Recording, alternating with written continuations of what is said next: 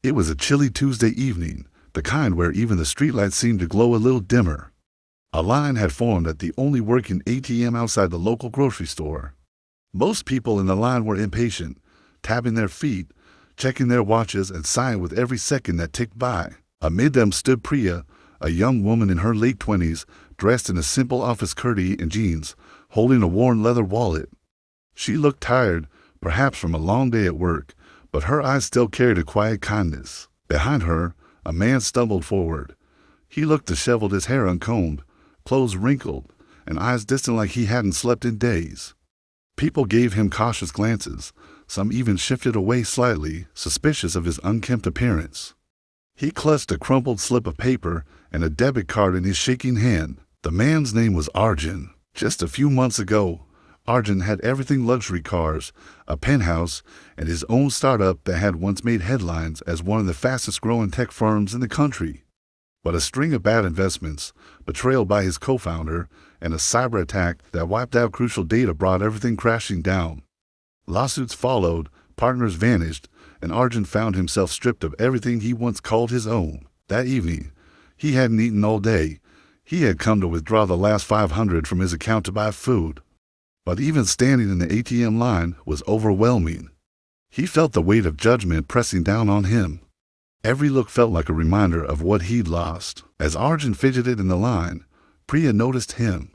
She saw his tired eyes, the way he tried to hide his embarrassment, and how he kept looking down, as though ashamed to be seen. Without hesitation, she stepped aside and said gently, "You can go ahead.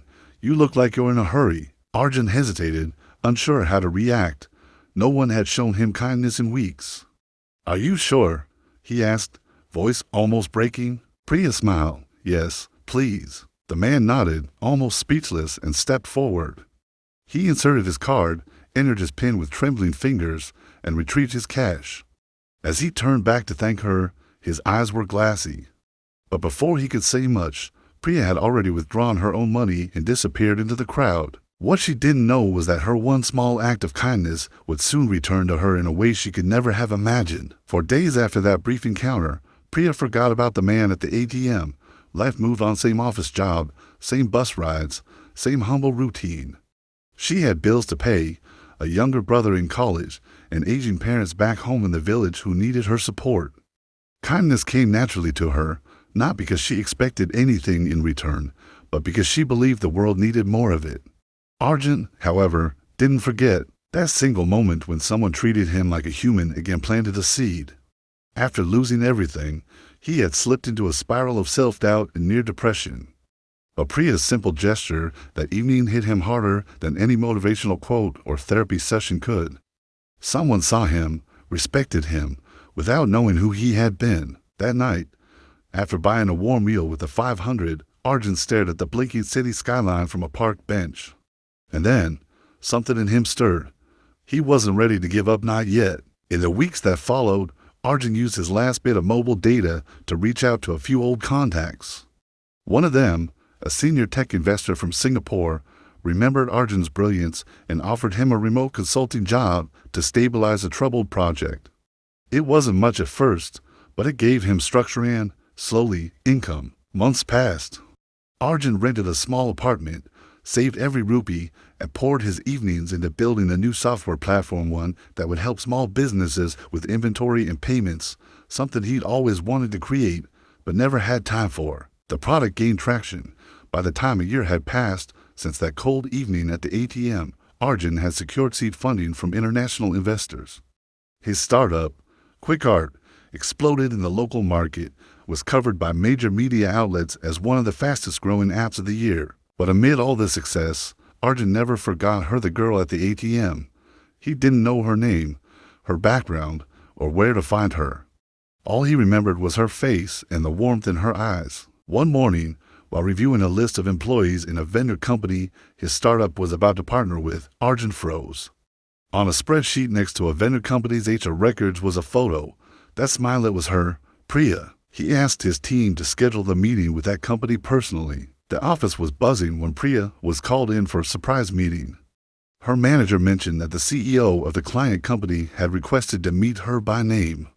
Confused, She stepped into the conference room and stopped. There he was, neatly dressed in a crisp blazer, confident, glowing with the kind of success one couldn't fake. But those eyes were unmistakable. She blinked, stunned. "You're the man from the ATM." Arjun smiled. "Yes, you're the woman who changed my life with a small act of kindness." She was speechless. I